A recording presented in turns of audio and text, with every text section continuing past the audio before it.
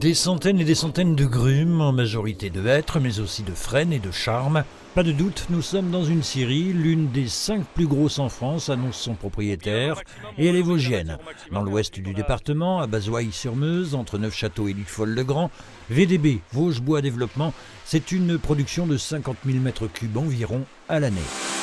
Le bois vient essentiellement de la région, on essaie de se limiter à 100 km à la ronde. Il va servir essentiellement à l'ameublement, la menuiserie intérieure, tout ce qui est huisserie, portes, meubles.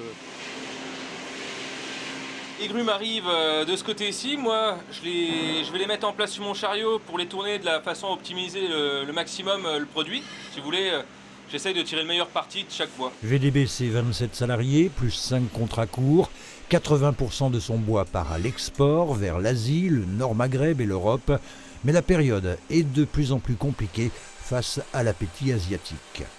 La problématique pour les scieurs en France aujourd'hui, c'est la matière. C'est l'export de grumes sur la Chine et le Vietnam qui nous impacte fortement.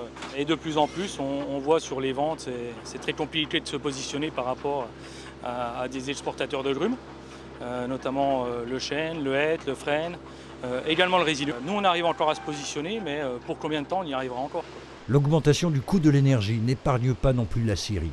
Le carburant, les transports maritimes et ainsi de suite, et également la facture d'électricité qui va peut-être doubler ou tripler. On commence à avoir les premiers rendez-vous avec nos partenaires et je pense que ça va être compliqué à un moment sur les discussions futures. Actionnaire depuis peu à 100%, le récent lauréat du réseau Entreprendre et réseau Initiative, ce qui lui a permis d'obtenir des aides, reste malgré tout optimiste. Michael Houdin affiche un chiffre d'affaires de 7,8 millions d'euros en 2021 et il regarde résolument vers l'avenir. L'an dernier, la scierie a investi dans ce nouveau bâtiment et 2 empileuses automatiques pour alléger le travail de ses employés, mais aussi dans cette chaudière biomasse où sont brûlées ses écorces et celles de ses voisins scieurs. Alors les autres projets que nous avons, c'est derrière cette nouvelle chaudière qui est plus puissante que l'ancienne, de mettre 1000 m3 de séchoir en ligne derrière et également 2 étuves supplémentaires. On veut augmenter la production pour monter jusqu'à 70 000, 80 000 m3 à l'année. Devrait également et prochainement sortir de terre un système d'arrosage du bois avec, dans une démarche de développement durable, 2 bassins de récupération d'eau de pluie de 600 puis de 9000 m3. Enfin ici, rien ne se perd, puisque ce que l'on appelle les connexes, sciures et plaquettes, sont revendus aux fabricants de panneaux et de pellets.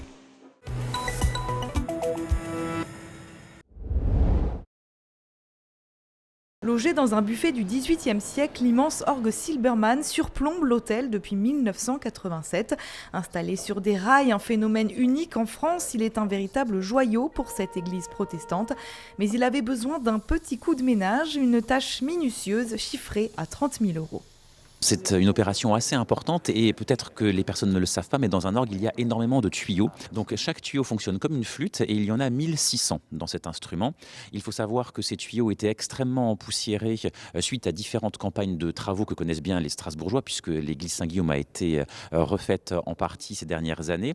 Il a donc fallu enlever les 1600 tuyaux un à un, les dépoussiérer manuellement, les laver pour certains et les remettre en place, ce qui demande donc un certain nombre de temps. Mais la paroisse Saint-Guillaume reste connue des Strasbourgeois surtout pour ses événements insolites. L'église a déjà proposé un escape game ou encore la projection d'un film d'horreur en ses murs. Le prochain projet, c'est le spectacle Les 12 Travelots d'Hercule. Sans aucun doute, l'originalité est le leitmotiv de ce lieu de culte. C'est un petit peu notre image de marque et je crois que c'est un peu signifiant aussi de ce que nous sommes. J'aime beaucoup citer l'architecture de notre église avec ce clocher un petit peu de travers et tordu. Et je crois que c'est vraiment une bonne image pour ce que nous sommes et ce que nous aimerions faire passer. L'idée, c'est pas forcément d'attirer les gens ou de faire du forcing dans ce sens-là, mais de dire nous sommes là et vous êtes les bienvenus. Si vous avez envie de jeter un coup d'œil, n'hésitez pas, qui que vous soyez, que vous fassiez partie d'une église ou pas, quelles que soient vos origines, n'hésitez pas à jeter un coup d'œil et si ça vous plaît, revenez. En attendant, le rendez-vous est donné le 7 avril prochain pour un concert d'inauguration. Au programme, des partitions allemandes du XVIIIe siècle et de la musique baroque. Un écran géant filmant les doigts de l'organiste sera installé pour l'occasion.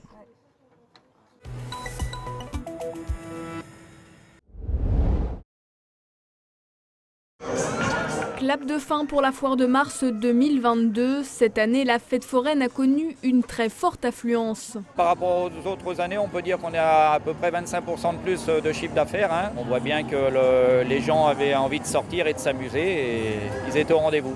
Un bilan très positif qui s'explique notamment par le retour de la foire de mars après 2 ans d'absence en raison du contexte sanitaire. Après 2 ans qu'on n'était pas présent, après le confinement, les gens sont contents de nous revoir. On est félicités, ça leur fait du bien. On a reçu des tickets d'il y a 2 ans qu'on avait vendus, on n'a pas pu finir les foires et ils sont enchantés de nous voir, ils viennent avec le sourire. C'est une super édition. Les gens ont besoin de se divertir, de voir de la lumière, des odeurs, des manèges et de pouvoir sortir dehors. En plus, les contraintes se sont un peu assouplies. Le masque a été enlevé, les jauges, etc. Donc ça a permis au public de venir en toute tranquillité. Du côté de la restauration, même constat. Les manèges ont eu du monde, mais dans la restauration aussi. On a eu du monde les midis de semaine, beaucoup de groupes de gens qui travaillent autour et qui viennent manger. Et on sent qu'on était attendus. On prépare vraiment toutes nos confiseries juste avant la foire pour qu'il y ait une qualité maximale. Et là, je vous avoue que les stocks ont fondu comme neige au soleil, donc bon, tant mieux pour nous. C'est un truc de fou, on n'arrive pas à imaginer qu'il y ait eu autant de monde. Même les jours de semaine, on a eu une affluence folle. Je pense que les Troyens se sont beaucoup amusés, ils ont beaucoup mangé.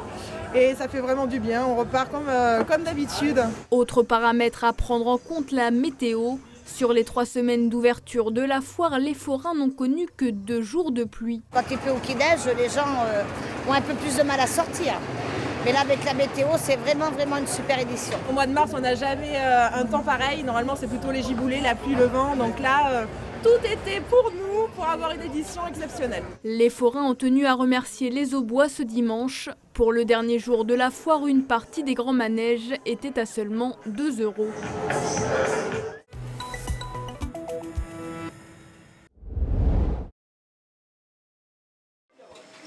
Écrevisses au safran vosgien, croquants de truite de Haute-Saône et caviar d'Aquitaine, un menu d'exception pour des convives d'exception.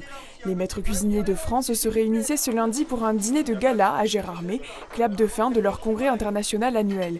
Une destination choisie il y a 2 ans déjà avant de reporter l'événement à cause de la crise sanitaire.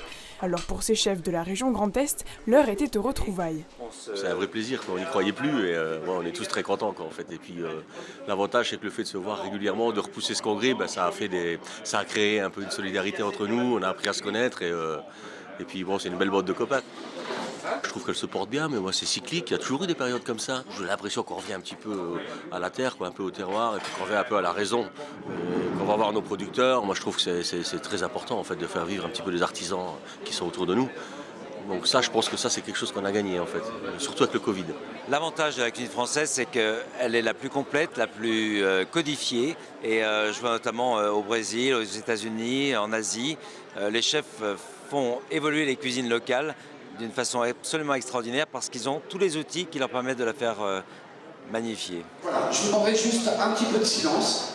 Ambiance en suspens quand un petit gargue à tête blanche est venu surprendre les invités. En salle et en cuisine, une 40aine d'élèves du lycée hôtelier de Gérardmer se forment auprès des plus grands. 400 couverts à servir, ça sort de l'ordinaire. C'est un peu de pression quand même, surtout qu'on n'a jamais fait de service du coup. Donc le fait de savoir où servir, etc., c'est compliqué justement, le stress monte, c'est un peu galère. Mais bon, on s'en sort à force, on chope un peu le truc. Les maîtres restaurateurs, c'est vraiment quelque chose de presque d'exceptionnel. On voit tous les cuisiniers, c'est assez impressionnant. On sait que c'est toutes des personnes qui sont de notre corps de métier. Quand on fait les congrès, c'est souvent des écoles qui nous servent, l'école hôtelière du coin. Ça leur permet de tout de suite mettre la main à la pâte et puis de vraiment se rendre compte ce que c'est que le monde de la restauration en dehors de l'école. Et je pense que c'est une très bonne formation pour eux. Un congrès également marqué par l'intronisation d'une 40aine de nouveaux maîtres cuisiniers.